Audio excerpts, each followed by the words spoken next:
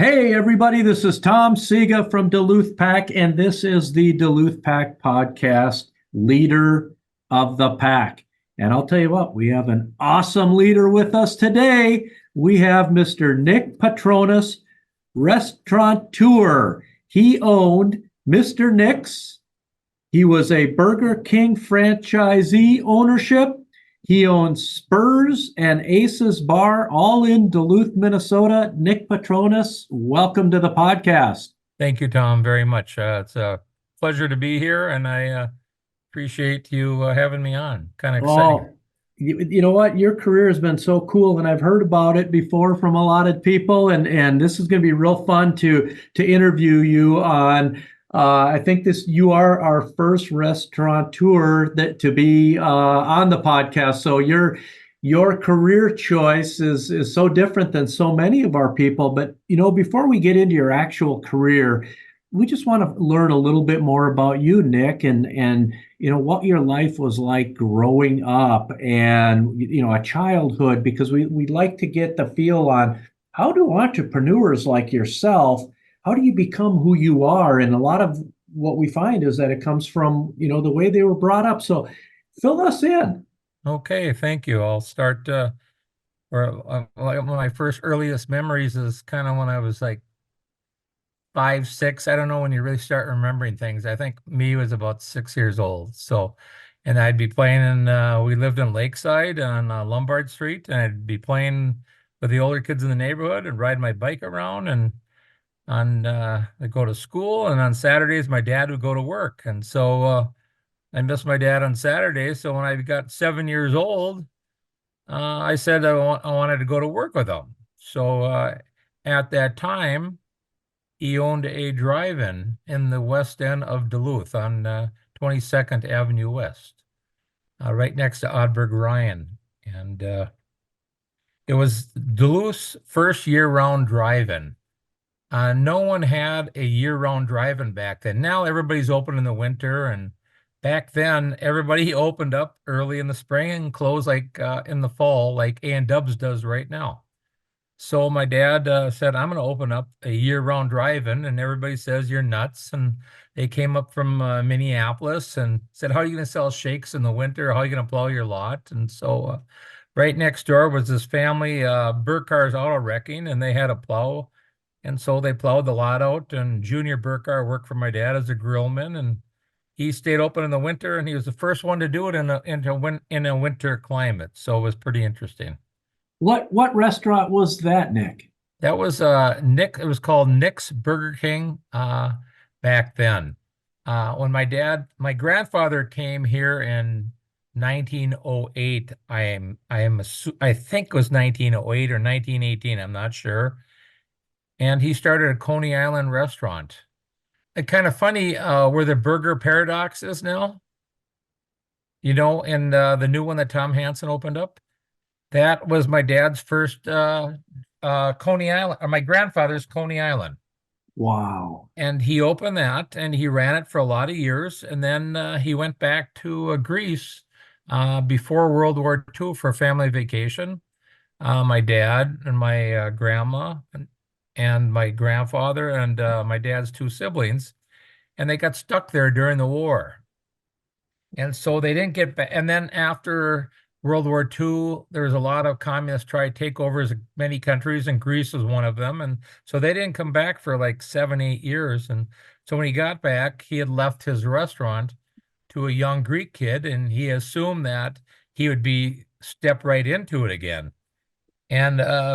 And I can't blame the guy. I remember growing up, I had heard that he had stolen my grandfather's restaurant. But when you get older, you realize that, the guy worked the restaurant for 7, 8 years, and he took it over. And my grandfather was upset. He went across the street and he opened up another Coney Island right across from the Burger Paradox. And he did it about a year, then he died. And my dad was 15 years old, and he left school then to run. Hey, everybody, this is Tom Sega from Duluth Pack, and this is the Duluth Pack podcast, Leader of the Pack. And I'll tell you what, we have an awesome leader with us today. we have Mr. Nick Patronas, Restaurateur. He owned Mr. Nick's. He was a Burger King franchisee ownership. He owns Spurs and Aces Bar, all in Duluth, Minnesota. Nick Patronas, welcome to the podcast. Thank you, Tom, very much. It's a pleasure to be here, and I appreciate you having me on. Kind of exciting. Oh, you know what? Your career has been so cool, and I've heard about it before from a lot of people, and this is going to be real fun to interview you on. I think you are our first restaurateur that to be on the podcast. So your career choice is so different than so many of our people. But before we get into your actual career, we just want to learn a little bit more about you, Nick, and what your life was like growing up and a childhood, because we'd like to get the feel on how do entrepreneurs like yourself, how do you become who you are? And a lot of what we find is that it comes from the way they were brought up. So fill us in. Okay, thank you. I'll start.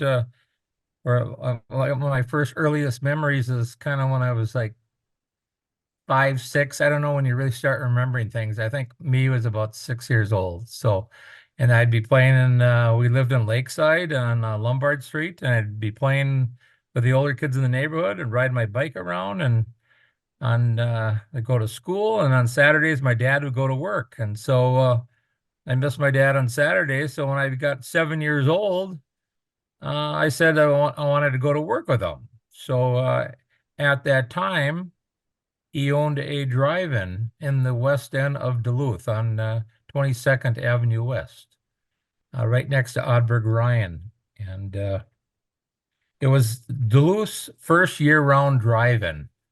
No one had a year-round drive-in back then. Now everybody's open in the winter, and back then everybody opened up early in the spring and closed like in the fall, like A&W's does right now. So my dad said, I'm going to open up a year-round drive-in, and everybody says you're nuts. And they came up from Minneapolis and said, how are you going to sell shakes in the winter? How are you going to plow your lot? And so right next door was this family, Burkar's Auto Wrecking, and they had a plow.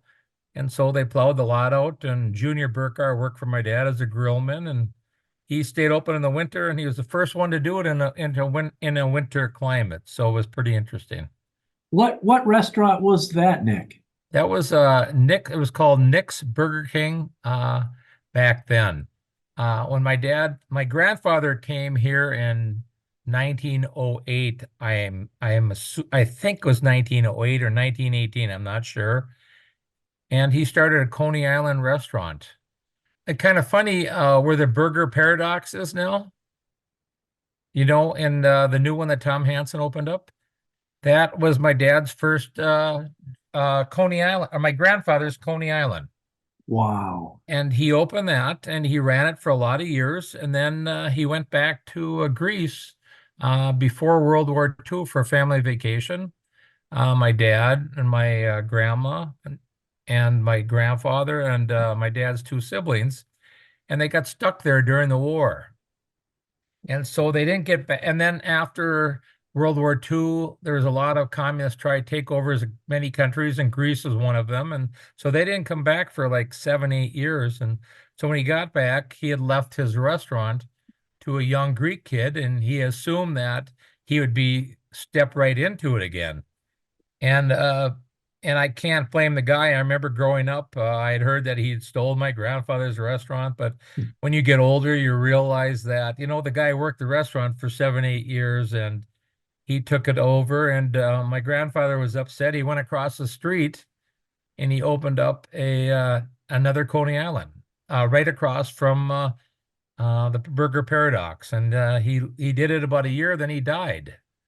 And my dad was 15 years old, and he left school then to run the restaurant so he could feed his brothers and sisters and my grandma. Wow. Yes. So Put in quite the dilemma. So lived in the States for a short while, went back to Greece, was stuck there during the war, came back, and his father passes back in a new country, I guess it would be really considered again. And now he's head of the household. Yes, and was very, very smart, my father. He couldn't talk English that well because he grew up his formative years in Greece, and so he spoke a lot of Greek when he came back. But he got a loan from the police chief who used to be a uh, helped him out, and he bought the new place with, and then well, my grandfather did, and then my dad took it over, and he worked it and worked it and worked it, and then him and his brother worked it, and then my dad went to in the service, and he was stationed in San Antonio, and that's when he saw the drive-in. And anybody that's seen American Graffiti knows what the drive-ins were like back then, and that's what this drive-in was after he got back, his brother Peter, I should backtrack there, stayed at the Coney Island, and my father went half a block away and opened a year-round drive-in, and it was like the one in American Graffiti, except for the car hops. And that was the year-round one that you started by talking about. Yes. So Yeah. how did the first winter go for him? He was busier than he thought he was going to be. So there are a lot of people. That was a unique place. I worked there most of my life growing up until I was like 18. The West End people are a really dynamic, hardworking group of people, and those are the people I grew up with. Everybody I worked with was from Denfeld High School or Cathedral because lots of the Denfeld kids back then went to Cathedral also. And so I grew up with those kids, and you grow up tough, especially when you're the boss's kids, you know. They throw you in the garbage cans, you know, when you're 7, 8, 9, 10 years old. And it's interesting. He brought in the first roasted chicken. Now everybody talks about roasted chicken. Well, my dad, a guy, I remember his name was Dave Lindquist. I remember I met him when I was like about 13, 14. He devised these roasted chicken to roast chicken, and my dad had the first roasted chicken in the area. So that drive-in was pretty unique. It was a pretty fun place to grow up. So you said you went to work 7 years old, roughly, the first time that you started working Saturdays with your dad at the restaurant. Yeah. So being the restaurant owner's kid, you got to start right in bookkeeping, top doing the schedule for everyone, or did you No, start at no, the bottom? no, there's a little fountain there that I poured the pops in. My dad would work the front and he'd put all the food in the bags, and he said I need a Coke or a root beer or orange Fanta orange in the machine, and that was my job. And then eventually they started letting me dish French fries, but sometimes I was so slow they pushed me out of the way. It took me a while to get the fries in the little bag. So So you started just by diving in and just working and doing whatever dad told you to. yes, exactly right. And then my number one job was going to get the a box and pick up the lot about 2, 3 days a week. And then to get it out of everybody's hair, they'd have me go in the back of the dumpster and clean the dumpster out too. So those are my main jobs, cleaning up. And then every Saturday night we'd leave there and we'd go through the car wash. There was a really cool car wash, kind of where the new taqueria place is, and we'd go through that, and then we'd go home, and that was my foray into the business world. I did that for a few years, worked in the drive-in restaurant out west. So then you get out of high school, it's time to go to college. Update us on all of that and how you went about your training. Well, I was at that time when I was around 17 years old. My father opened up another restaurant downtown called Mr. Nick's across from the Holiday Inn. And I worked there, and I was kind of running the place with my uncle Peter and my dad. And then I was going to school at the same time. And in fact, I grew up in the Condon Park area, about 2 blocks below East. And I was supposed to go to East, and they had me transferred over to Central because I went to the old Central, and we were very busy at lunchtime because we were basically the only restaurant downtown. So I would run down about 11:15 and work for 2 hours, and then I had a lunch hour. So I had a lunch hour and a study hall, that somehow my dad and uncle who knew the superintendent arranged it back then. So I'd have like 2.5 hours to work lunch hour.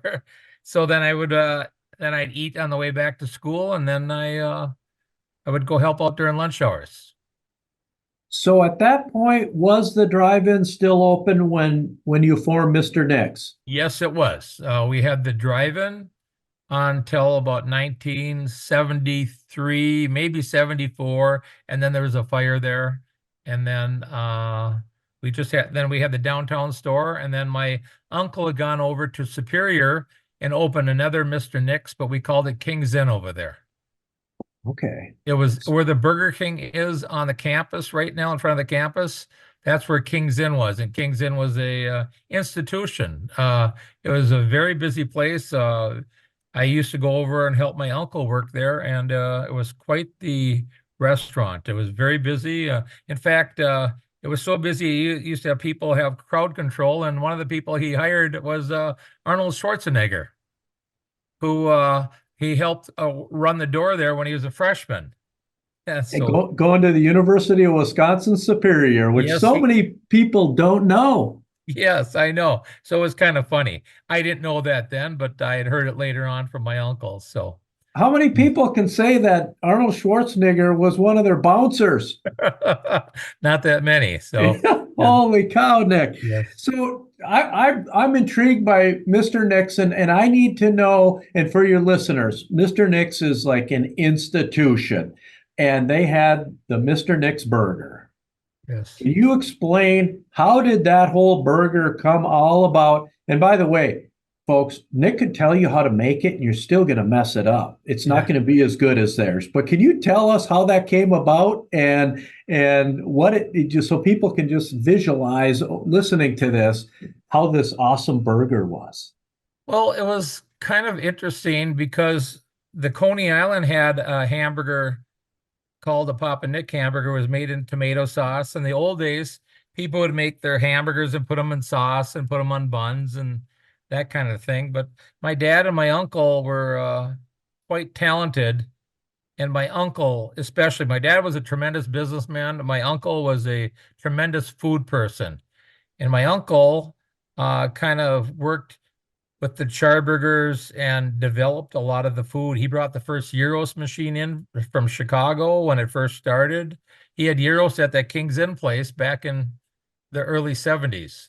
And nobody else had gyros for many years after that. But he helped develop the Charburger, and then he developed the Italian Charburger and the Royal Charburger, uh, and they mixed around with the meat and made different kinds of meat. And so the sandwich is a really good sandwich. It's very hard to make a burger on a char grill and not burn it or charcoal it too much. So, but their combination of the meat they made and the way they made it was very good. So, Folks, I'll tell you, I have had these. I have had them made by Nick, yeah. who is on our podcast today, and they are outstanding. Thank you very much. I'm happy when Rob said you're going to get some, you guys. So I'm excited. So And you better have a lot of napkins ready for you because yes, that's now you can just get a visualization of it. It is absolutely awesome. thank you. So now you get done with school and you're going to transition into the restaurant business and tell us how all of that went. And as you started building up, your knowledge base, but then also we'll get into it later that you owned more restaurants than just Mr. Nick's. My father, in a stroke of genius, named his drive-in Nick's Burger King.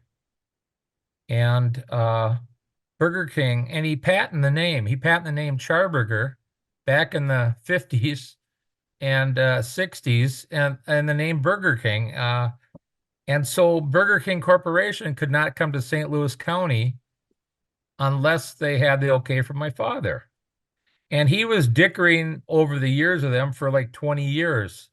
So I'm going to UMD, taking some business classes, and I think I know everything. And uh, as you find out, you don't know everything, or you don't know really anything, but you think you do.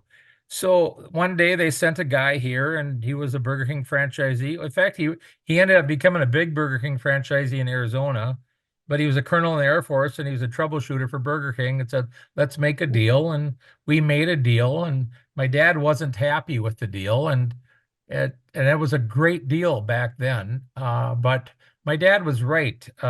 He knew what the name was worth and if you got more locations, we ended up paying more royalty than we should have. And my dad was one of those type guys that would be a CEO of a big company. I am a more hands-on working type guy, and my dad was a big time thinker. And we had some attorneys that weren't the sharpest either, and they steered us in a wrong direction. But you know what? It worked out fine. We ended up opening up our first Burger King on Central Entrance in 1980.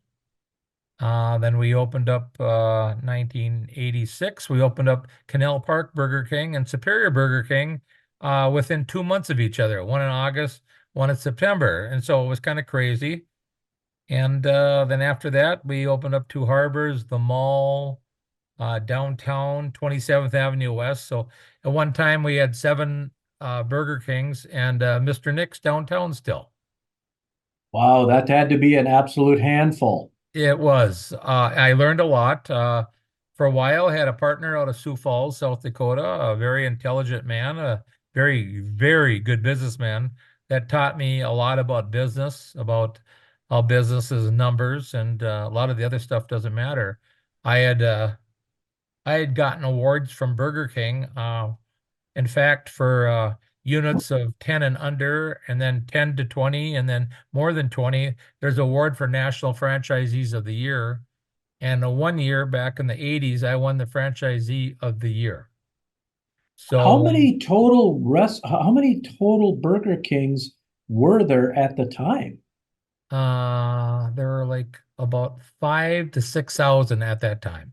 Wow. And you won Yes. franchisee of the year. Yes. Congratulations. Thank you very much. But like my partner said, you could run the best franchise in the world, but you have to learn how to run numbers and make money too. And so that's something that I learned, and it was a good learning experience for me. How did you juggle having all of these uh, Burger Kings and your family restaurant, Mr. Nick's, and how do you juggle that and how do you manage that? I was very blessed that at Mr. Nick's, when I left there, basically, my sister Liz ran Mr. Nick's with a longtime manager, Brian Patterson, that ended up buying the restaurant from the family. And Liz, as you know, is a very talented lady.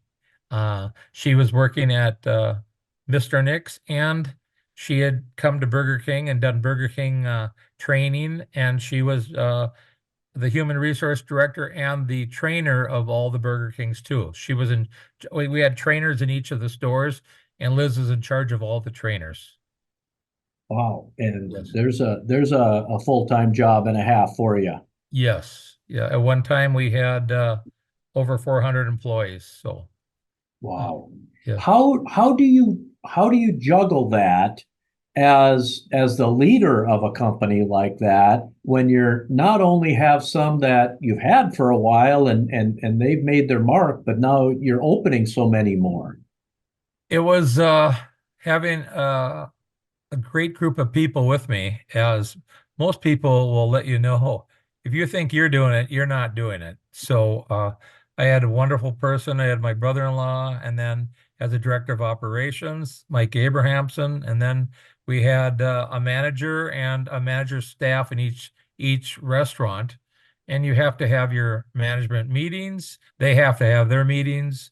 You have to have delegation, and you have to have follow through. I mean, delegation's great, but I found out you have to have the follow through. If you don't have follow through when you delegate, then you're not going to be going anywhere. So, Nick, talk a little bit about delegation and then the follow through you talk about for our listeners, because so many of our listeners would like to be an entrepreneur, and we all get what delegating is, but then you talk about the follow through part of it. Tell us the importance of that and tell us some examples of where you might delegate something, but then how you have to make it successful, how you have to follow up. Yes, Tom, that's a wonderful question because you can always say, go do that, so you have to get them on the same page with you. They have to believe in your mission, have to understand your mission, and they have to understand that if we do things the correct way, that the mission will be completed, then we all make more money because basically there's only one reason to be in business, and that's to make money. You can make people happy, you can employ people, which I loved employing people, but I want to make money. The people that work for me want to make money. So if they understand your mission, they can understand the delegation, they can follow through and talk to the employees and make sure that this is the way we make this new sandwich now. We put the cheese on this way and we put the ketchup on that way. We wrap it this way.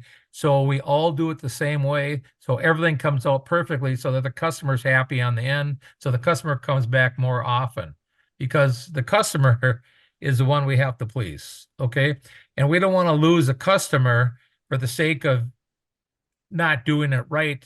So you lose a customer, you have to spend so much more money and have to have coupons out and everything to bring them back to your restaurant. So why don't you do it right the first time, teach your people to do the right thing and have them follow with you and get in your program. Nick, you're a franchisee of franchise of Burger King, and you have several restaurants. Tell us some of the ins and outs of being a franchise. Are there fees? Are there upfront fees to become a franchise? Are there monthly fees? Are there based on your revenue? How does all of this franchise thing work? Most franchises will charge you money to get in. You have to show them a certain capital net worth. You have to have a downstroke. Then you have to maybe buy the equipment that they want or something comparable. Years ago, there was a big court case. A company called Chicken Recipe or Recipe Chicken was starting out the same time Kentucky Fried Chicken started out. And they said that you have to buy all the equipment from us. And they were raising the prices of all the equipment, which wasn't fair. So there was a national case, and it came out that the franchisee won.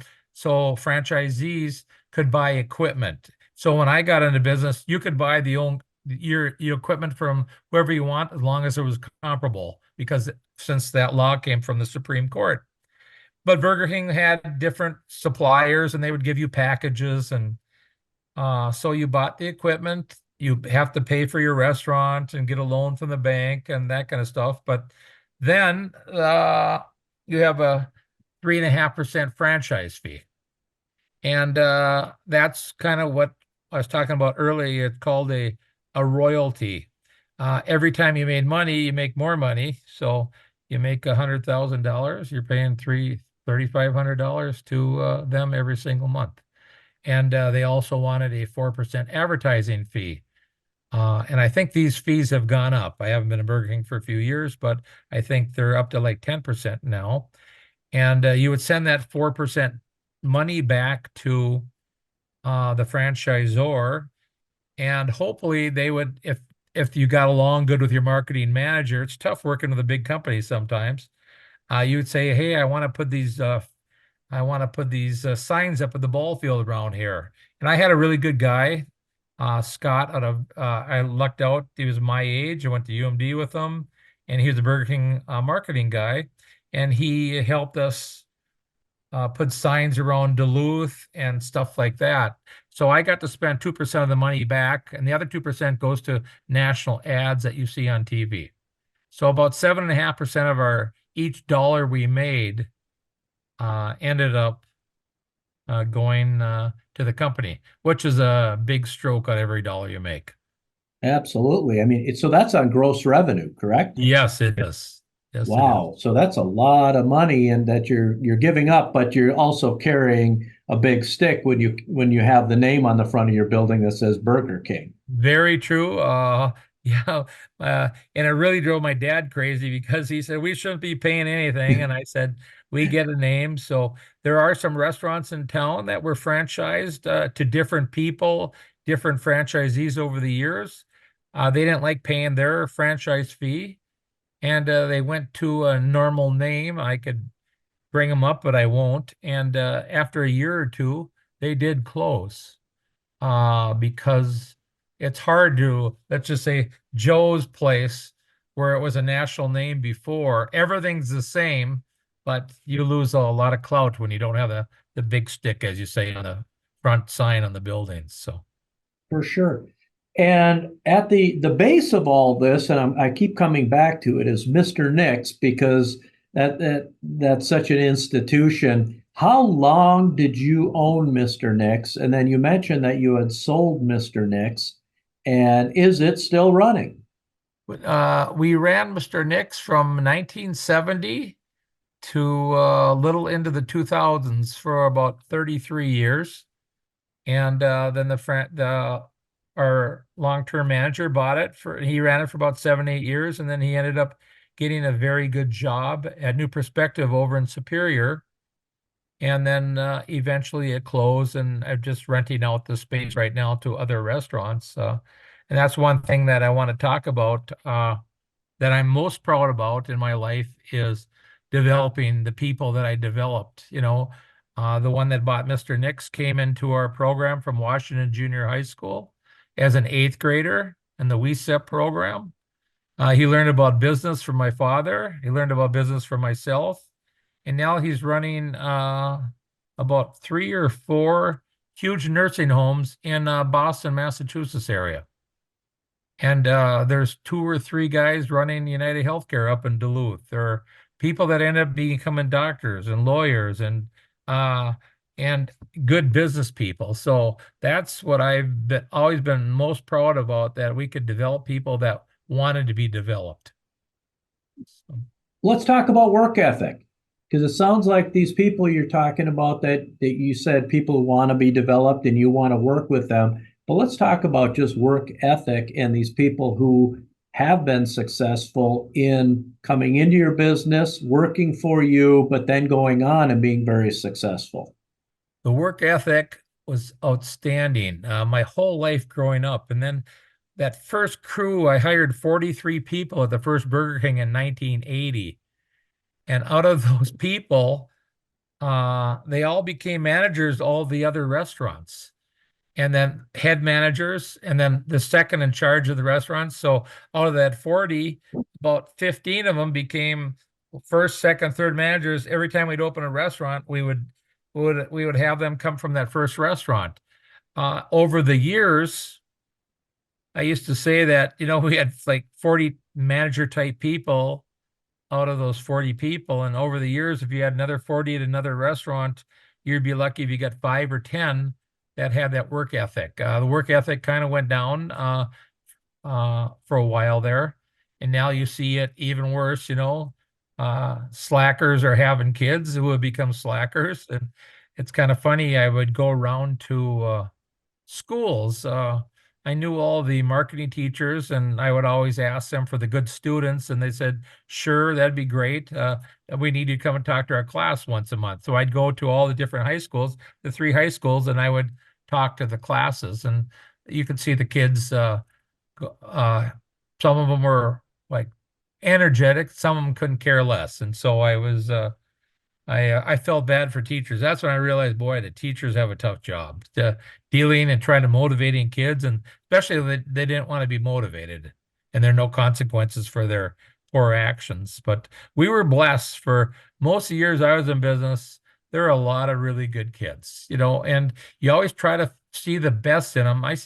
Every single day, every day that I'm out, somebody will say, "I used to work for you." I remember a lot of them, but I think over the years, I counted once I had at least 8,000 employees, not counting, Wow. not counting what my father had, and maybe close to 10,000.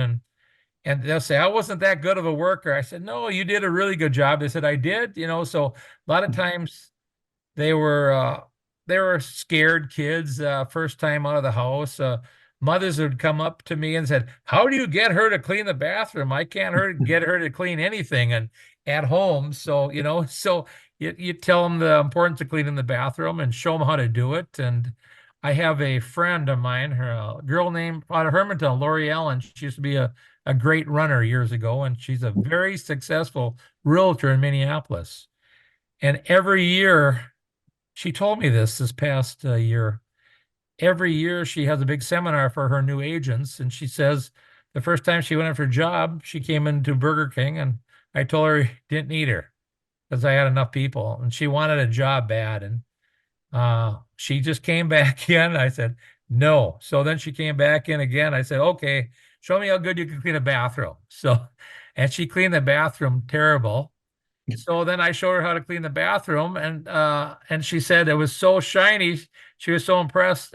She became probably one of my best workers, one of my best managers, and then she went on to college, and then eventually a huge realtor down in Minneapolis. And so it's kind of fun when you take a raw material and you make it into a functioning person, as developing so many people over your life. So. Yeah. Nick, question for you. You've worked on the private business end where you owned your private business and you're a franchise of Burger King. You own those Burger Kings, but you're a franchise. Can you tell us between the two the positives of one versus the other and the negatives of one versus the other in the industry you were in? Thank you. As a franchisee, the positives of were obviously you're your own boss. You could create things. Because of my knowledge from Mr. Nick's over the years, we implemented a lot of things at Burger King that they became national, and I became on some national committees, the operations committee, like for a simple thing, the cold would come in the drive-through windows. And in the winter, when you open the window, the cold comes in and gets your French fries cold.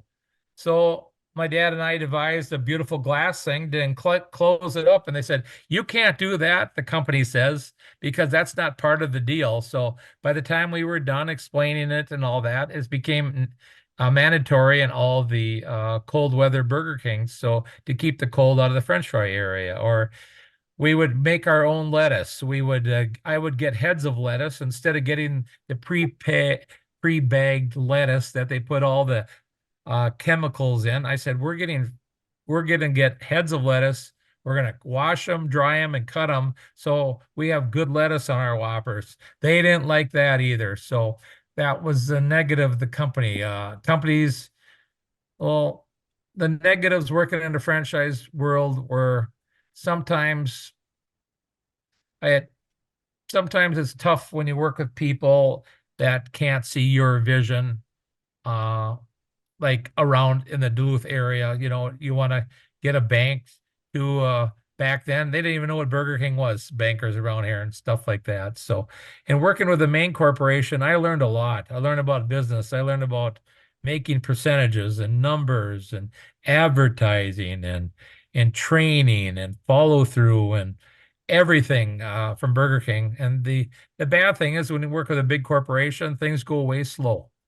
Um, you used to have a nice marketing guide come to your town, and then pretty soon, then he was in Minneapolis area, and before you knew it, they closed the Minneapolis office, and you have to deal with people in Chicago. So, working with a big corporation is tough sometimes, as I figure you guys understand that too.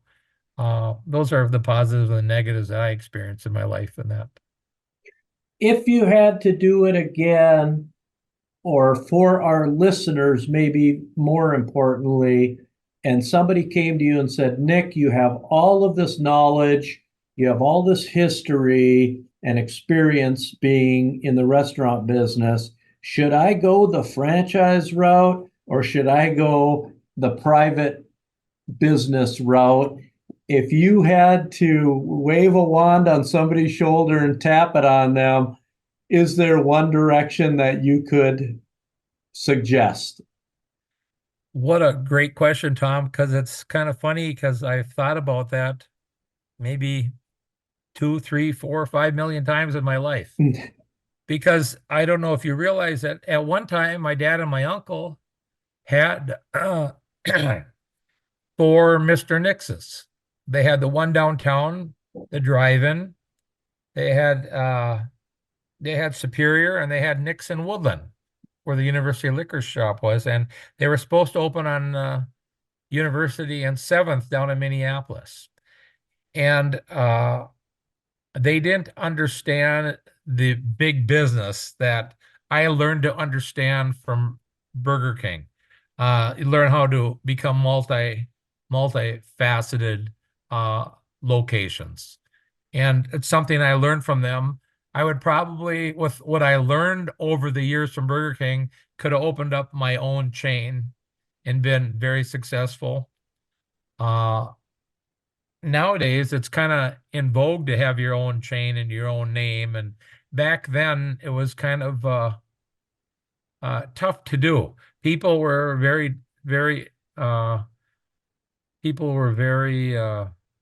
hesitant about going to a family type restaurant when the chains came in. McDonald's came in downtown, took half our business at Mr. Nick's when they came in. And I would wonder why the same people going over there. So it just people they grow up seeing the McDonald's or the name or a chain name, and they're enthralled with it. And it's a tremendous business. Like my dad used to say, you could sell anything on hamburgers at McDonald's because of the marketing. The marketing's fantastic. Okay. And people are brainwashed at a young age to go to McDonald's, and now Burger King or Culver's, great ads around here. So, and Culver's a great place, but advertising makes these places nowadays. And a small person has a hard time competing unless he has an advertising budget. Culver's being a little bigger franchise or personal, smaller family restaurant has a good advertising budget in their local areas that they're at. So they do a lot better than somebody else could do.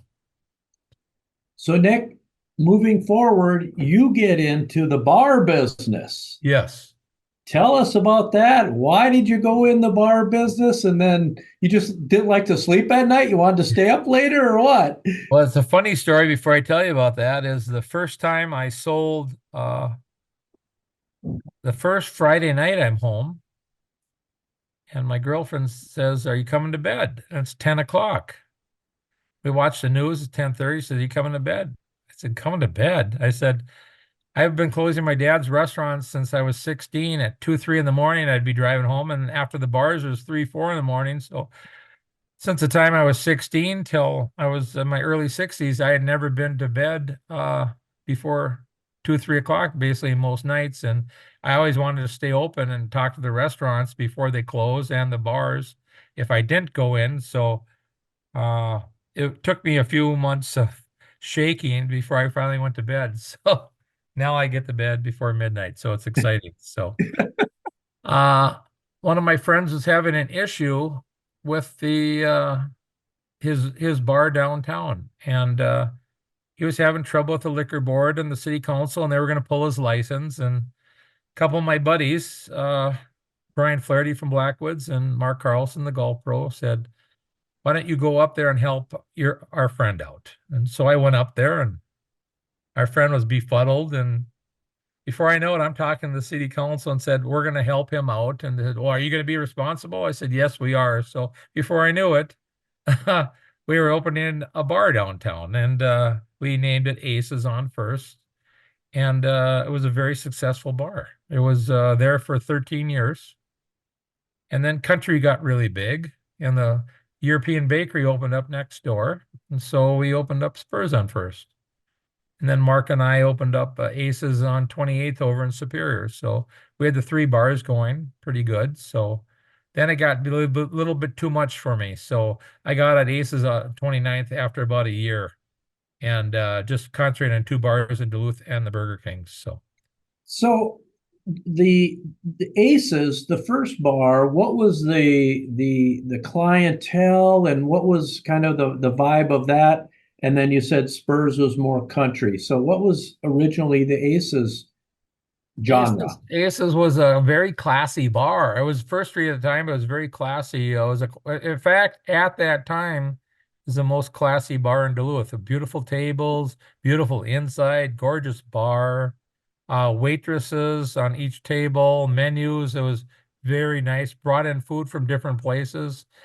And then my friend Brian, we kind of split up and he opened up Blackwater and which was probably one of the nicest bars and restaurants that you've ever seen. And so Aces didn't have a chance, and so I had to change the motif and the situation there into more of a college type bar and younger adults, and which went into opening up Spurs with the country place. So it became a place for all the 21 to 25-year-olds and up to 30-year-olds, but we didn't get many people after age 30 anymore. They were going to Blackwater. So Well, that's good because I was going to say, gosh, I've never been in there before, but that makes me feel better that I would have been thrown out for being too old. I would have been carded for being too old to come in your bar. you know what? We might have done that. No, we never would have done that to you. So no, you're too good looking of a guy. We would have put you right at the front counter and everybody would Oh, came in. So flattery just gets you everywhere around here, Nick. So let's talk about that a little bit. What are the challenges then as a bar owner when you're dealing with that younger generation? So you started with more of an upscale with food and probably an older generation. Now you have the country bar with Spurs, and it's a younger generation. What kind of challenges do you find then moving from one to the other, a whole different clientele? challenges of running the bars were very interesting. Once my dad told me, he said the hardest business that you could ever run, that anybody could ever run, is the restaurant business. And then after that, it's even worse, the bar business. And he's right, because running a bar business, you have women around, there's people gambling around, there's booze, there's drugs, there's everything. If you want the best person to run a bar business is someone my age at that time, later 50s, that doesn't care about anything except making money and making sure things are good. A lot of times you see these young men get in the bar business. They're 22, 23, 24. Before you know it, they're drinking too much and alcoholics, and they have issues. And it's a sad thing to see, but I've seen it for 50 years in the bar business around town. And the successful ones are the ones that are older that, just go in and take care of business and make sure everything goes good. Stealing is a huge thing in the bar business. I learned a lot. There's so many ways to steal, hundreds of ways. Share a little bit with us on that for those of us that would be naive on how theft in a bar business works. Well, it's kind of really sad is I'm probably one of my biggest faults is trusting people too much. Like my old partners in the bar business they're a little older than me and they're sharper than me and they're a little more jaded than me. And they would say, everybody steals. Everybody steals. Well, I don't believe everybody steals, but half the people that are in the bar business steal. So my foray into the bar business, where I finally learned a lot, is I would hire, obviously, if you're smart, you're going to hire a pretty athletic type person, male and or female. And I had nice looking people work for me that had never been in the bar business before. And because they don't know any of the ropes. And if you train them right, you can teach anybody how to put a shot and a half in a drink and have a nice smile. And if they look good, be pleasant, have good personality, you're in business. But the ones that have been doing it for a while, they know how to put a little bit extra booze in there, so their tip's bigger. So they have 3 ounces of booze in there. So I just lost $3-4 on that drink because they gave them 2 shots instead of 1. So, or they'll give somebody a free shot. And that's the biggest thing, is the free shots or stuff like that. When you're dealing with lots of money and lots of booze, there's lots of way to steal. So how do you control that then? Uh, Having cameras, being there, absentee ownership, especially in the bar business, is a bad thing. My girlfriend says, "Do you have to go in again tonight?" I said, "Yes." I said, "I do." And I mean, there were times I was there, right there, while they're pouring drinks. And I remember one thing explicitly. Uh, this young man poured 4 shots, $5 a shot. It was $20. He pretended like he put it in the till. He hit no sale, and then he put it in the tip jar.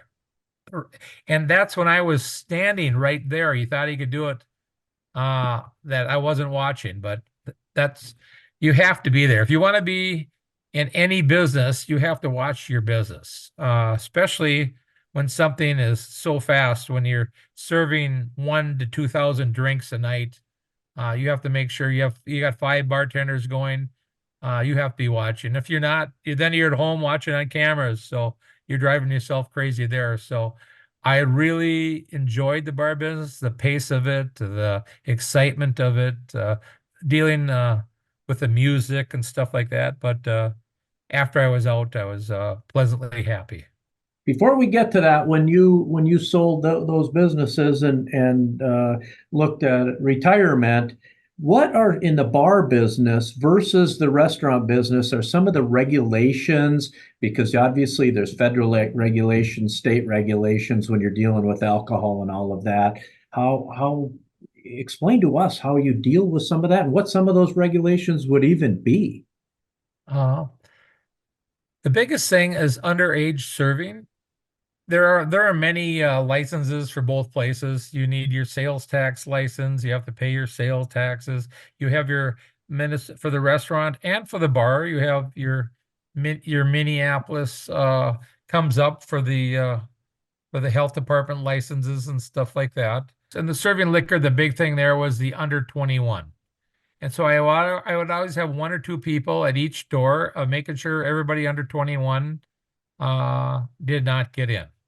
I'm very proud of that fact. I had 2 bars for a total of 23 years. If you put the 2 bars together, 13, and I think that maybe it was 21 years, 8 years. So about 21 to 22 years in the bar business. And I only had 6 police calls in the history of my bars.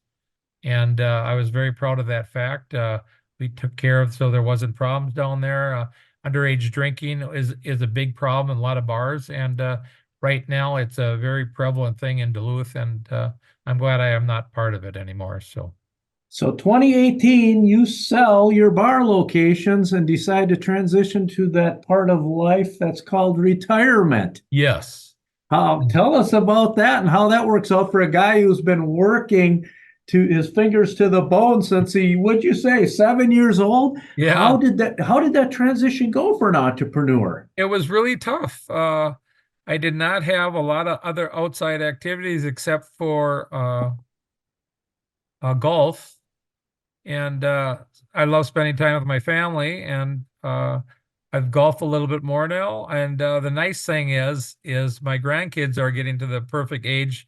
Now they are 4 and 5, as you know, and it just gets more and more fun. And now they're talking a little bit, and pretty soon I'll be able to take them out and I have taken them for golf cart rides. And so and I finished up on a lot of boards. I was on a lot of boards over the years, from the deck board to UMD Med School board, and I was on over 20 different boards, the Boys and Girls Club board, and on and on. And so I got off all that stuff, and I just kind of taking care of myself and spending a lot more time with my family, and it's very enjoyable.